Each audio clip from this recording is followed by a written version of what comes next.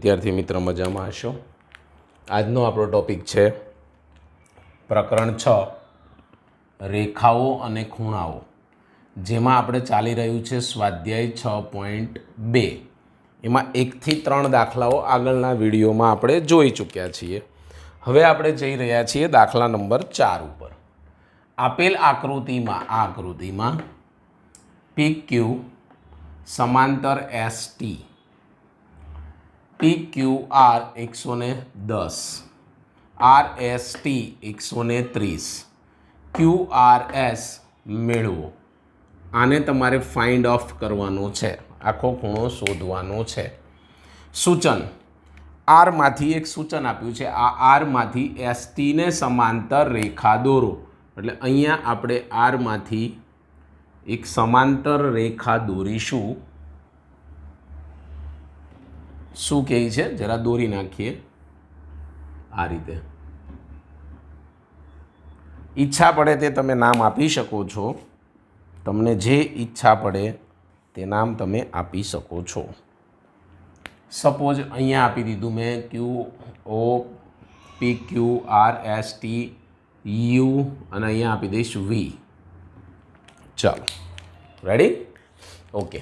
હવે આપણે આને મેળવવા જઈએ तो शू करीशुं पहला तो सौ प्रथम जे समांतर आपने आप्युं छे ए बतावी दईशुं अने आपणे पहला शू दोर्युं ई कहो मने पहला। तो पहला तमे शू दोर्युं, आर मांथी ST ने समांतर RU दोरो। RU लीधुं अथवा VU गमे ते लई शकाय छे। आगळ वधीशुं। कया बे समांतर तमने आपेला छे? तो समांतर तमे कही शको छो कि अहींया आपणे आप्युं छे PQ समांतर ST, आवुं कही शकीए PQ समांतर ST अने ST समांतर RU। ST समांतर RU आ बे पण समांतर ज छे। चलो हवे आपणे मेळववानुं छे के ST समांतर RU थाय तो एनी एक छेदिका मळी। कई मळी? तो कि भाई RS। कई छेदिका मळे? आ RS छेदिका मळे छे। माटे हूँ कही शकूँ कि अहीं ST समांतर RS होवाथी RU अथवा ST समांतर RU होवाथी छेदिका RS छे, एनी छेदिका कई छे? RS होवाथी एनी छेदिका कई छे? RS। तो सरवाळो करी नाखवानो। आ बे खूणा केवा खूणा थाय? अंतःकोण जोड़ थाय ने। अंतःकोण एक ज बाजुनी अंतःकोण। अंतःकोणनो सरवाळो केटलो थाय? 180। माटे हूँ ए कही शकीश कि खूणो TSR अने TSR अने SRU अंतःकोणो नी जोड़ छे। जोड़ छे माटे बनेनो सरवाळो 180 थशे। सरवाळो 180 थाय। एमां आ खूणो तमने आपी दीधो छे 130।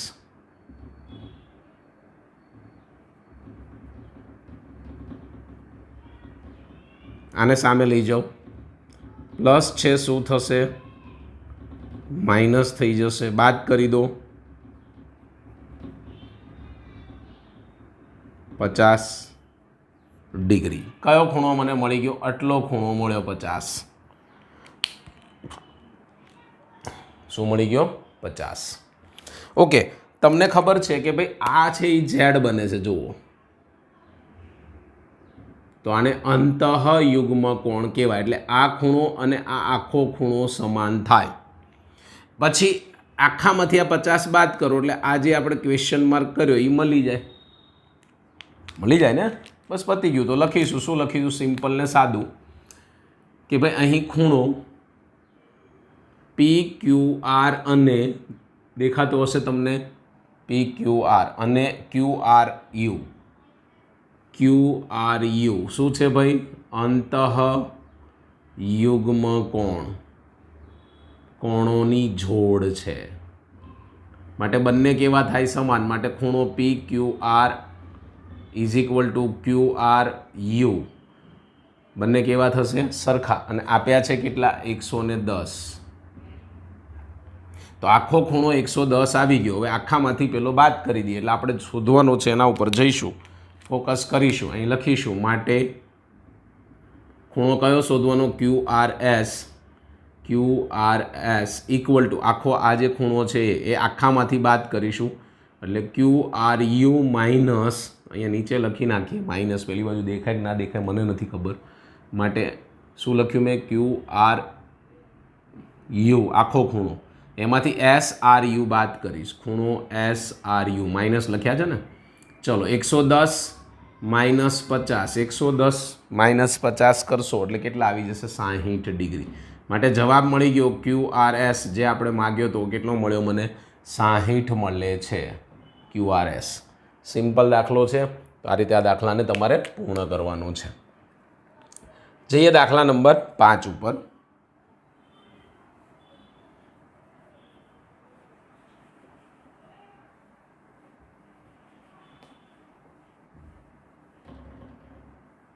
ચાલો શું કહે છે? રકમ વાંચીશું. આપેલ આકૃતિમાં, એટલે આકૃતિ નીચે છે, એ બી સમાંતર સીડી, પછી એ પી ક્યુ 50, પી આર ડી 127 છે.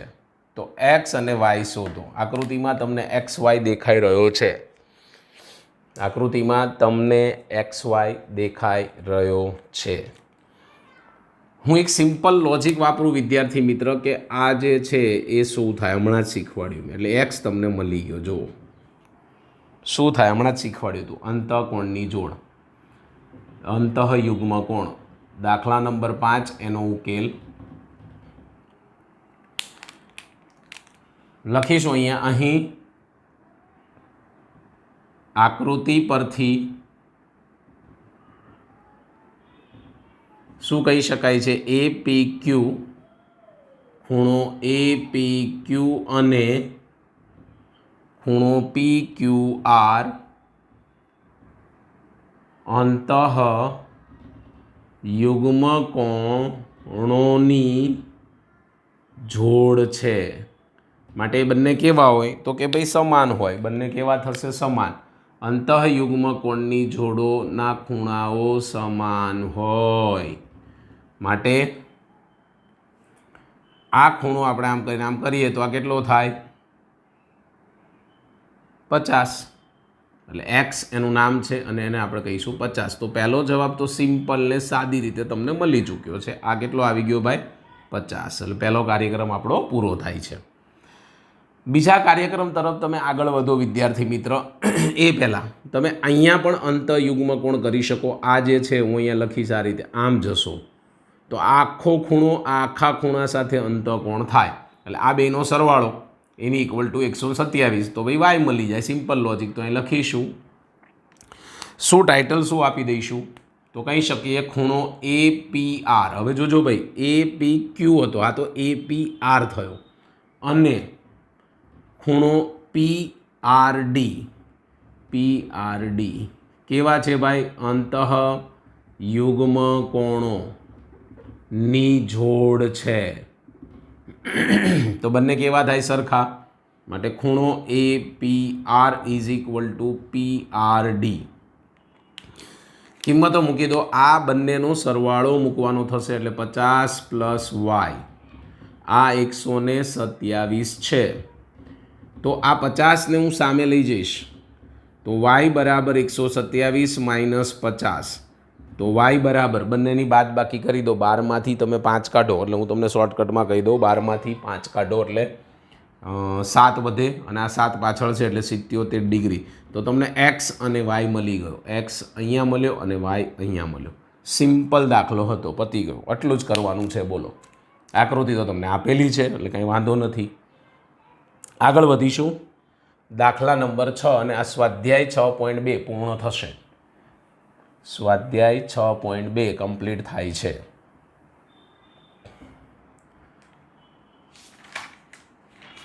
ચાલો શું કહે છે? આ રકમમાં સાબિતી છે. આપેલ આકૃતિમાં PQ અને RS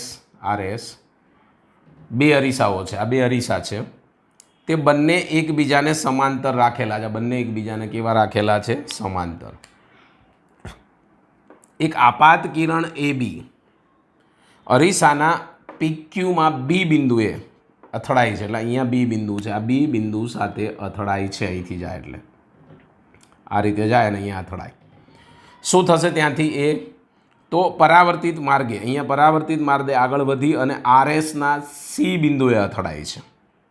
C બિંદુએ અથડાય છે અને ફરી CD પરાવર્તિત થશે, એટલે અહીંથી આ CD સુધી અથડાય છે એવું નથી કીધું, પણ CD સુધી એમ બરાબર પરાવર્તિત થઈ જાય છે. તો એમ કહે છે કે આ AB ગ્રીન પેનથી આપણે કરીએ એટલે તમને ખ્યાલ આવે કે આ AB અને CD બંને કેવા છે? સમાંતર છે. એટલે આપણને સાબિત કરવાનું કીધું છે કે આ બે સમાંતરમાં છે. આ ગ્રીન પેનથી જે મેં કર્યું આ બંનેને આપણે સમાંતર બતાવવાના છે. હવે આને સમાંતર બતાવવા માટે તમે શું કરશો? તો આને સમાંતર બતાવવા માટે સૌ પ્રથમ હું અહીંયા એક કિરણ દોરી દઈશ. શું દોરી દીધું મેં? કિરણ. એનું નામ તમને જે ઈચ્છા પડે તો ABCD અહીંયા નામ આપી દઈશ E. પછી એક અહીંયા એવું જ કિરણ અહીંયા દોરીશ જેનું નામ આપીશ EF. તમને ઈચ્છા પડે તે નામ આપી શકો છો. ચલો તો શું લખીશું? તો કે ભાઈ રેખા PQ આપણે જે દોર્યા એ જ લખવાના છે તમારે. રેખા PQ ને લંબ. ઉકેલ નંબર દાખલા નંબર 6 નો ઉકેલ શું કહે છે ભાઈ અહીંયા? કે ભાઈ PQ ને લંબ, PQ ને લંબ BE દોરો. PQ ને લંબ BE દોરો. જોડે જોડે આ લખવાની જરૂર હતી. અને RS ને લંબ CF દોરો. મને જોડે લે CF કહેવાય ને, FC ના લખાય હો, આમ જતા હો એટલે CF કહેવાય. હવે આગળ વધીશું આપણે. સાદા અરીસાઓ માટે તમને ખબર છે કે આપાત કોણ બરાબર પરાવર્તન કોણ. શું છે? સાદા અરીસા માટે આપાત કોણ બરાબર પરાવર્તન કોણ. આવું કોણ કહે છે ભાઈ? સાદા અરીસામાં આવું થાય. તમે વિજ્ઞાનની અંદર કદાચ ભણી ચૂક્યા હશો.